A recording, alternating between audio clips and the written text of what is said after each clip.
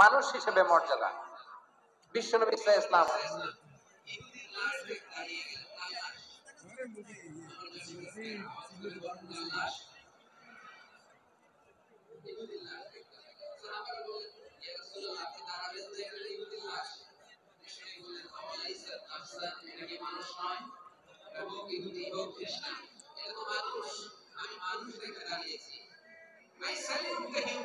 আমি মানবতাকে সম্মান করেছি। সুবহানাল্লাহ। তাহলে জমিনে মানুষের মর্যাদা বেশি, হোক নাস্তিক, হোক নাস্তিক, হোক মুমিন কিংবা কাফের।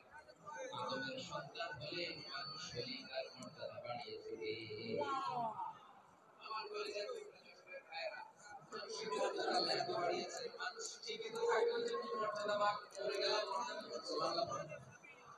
মানুষ মরে গেলে এরিয়া টরিটা কি হয়? পচে যায়, গলে যায়, মাটির সাথে মিশে যায়। তাই করে আপনি একটু নেটওয়ার্কের সাথে কাজ করতে পারবেন। কিন্তু অন্যায় করে যদি সপ্তাহ দেয়, দাম করতে পারবেন, আগুন দিতে পারবেন, নাক কাটতে পারবেন, কান কাটতে পারবেন, রক্ত বিকৃতি করতে পারবেন। কারণ মানব জাতির মর্যাদা স্বয়ং দিয়েছে কে?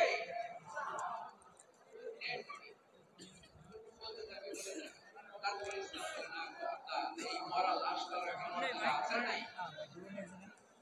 ইসলাম বলে লাশটা গলে যাবে, পচে যাবে, কিন্তু এটা অমর্যাদা হবে না। ওই ফুল দিয়ে খেজুর পাতা দিয়ে ঢেকে, দিয়ে গরম পানি দিয়ে তরল পানি, সাদা শুভ্র বাউলের কাপড় দিয়ে লাশটাকে আবার করবে।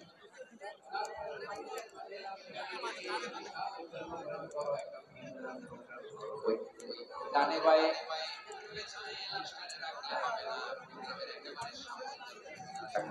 সুবহানাল্লাহ। একটা ফিউনারাল প্রোগ্রাম করতে হবে, তাকে শেষ বিদায় জানাতে হবে, যেটাকে আমরা জানাজা বলি।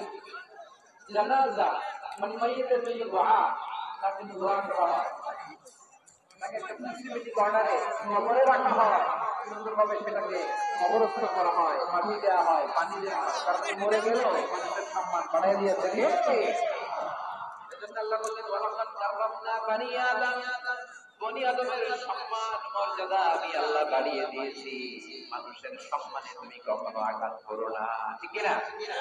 তাহলে ভাই প্রথম মেসেজ হচ্ছে the first and foremost message to the people of Jasus. আল্লাহ বলেন I have dignified the status of son of Adam. আমি বনি আদম সবার মর্যাদা বাড়িয়েছি, হোক আস্তিক, হোক কাফের, কিংবা মুশরিক, তার মর্যাদা বাড়াই দিতে কে? যখন বন্যা হয় আমরা ত্রাণ নিয়ে যাই, আমরা শুধু মুসলমানদেরকে ত্রাণ দেই নাকি? হ্যাঁ, আমরা মুসলমানকেও দেই, মুসলমানকেও দেই, হিন্দুকেও দেই, বৌদ্ধকেও দেই। যেখানেই মানবতা বিপন্ন সেখানে ইসলামের হেল্পিং হ্যান্ড আছে না নেই? সুবহানাল্লাহ। কি দিন আমরা পেয়েছি, কি বিধান আমরা পেয়েছি। ওয়ালাকাদ কাররামনা বানি আদম, আমি বনি আদমকে সম্মানিত করেছি।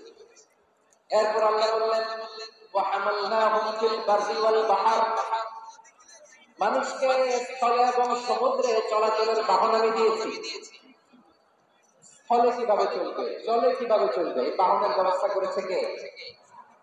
এই জেনজি, এই সামরা, ইরান করতেছে কিসের জন্য? হ্যাঁ, ইরান করলে চলবি? হ্যাঁ, আওয়াজ করতেছে কেন? দিবানা কথা বলতে দিবানা আমাকে? এইটা বুঝি তোমাদের ভালোবাসার নমুনা? তোমাদের ভালোবাসার কারণে যদি আমি কোথাও দাঁড়াতেই না পারি, কোথাও বসতে না পারি, কোথাও দুটা কথা বলতে না পারি, এই ভালোবাসা দিয়ে কি হবে আমার?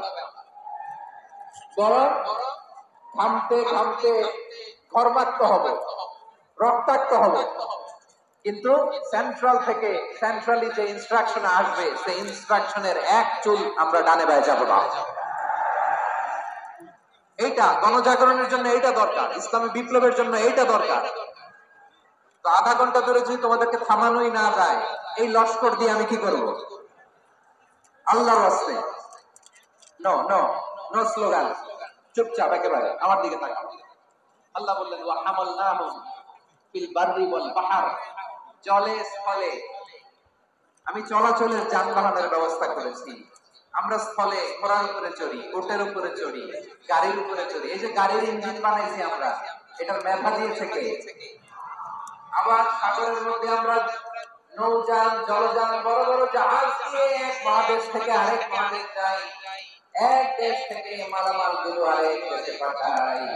সাগরের ভেতরে নৌকা গুলো ধরে রাখলো কে?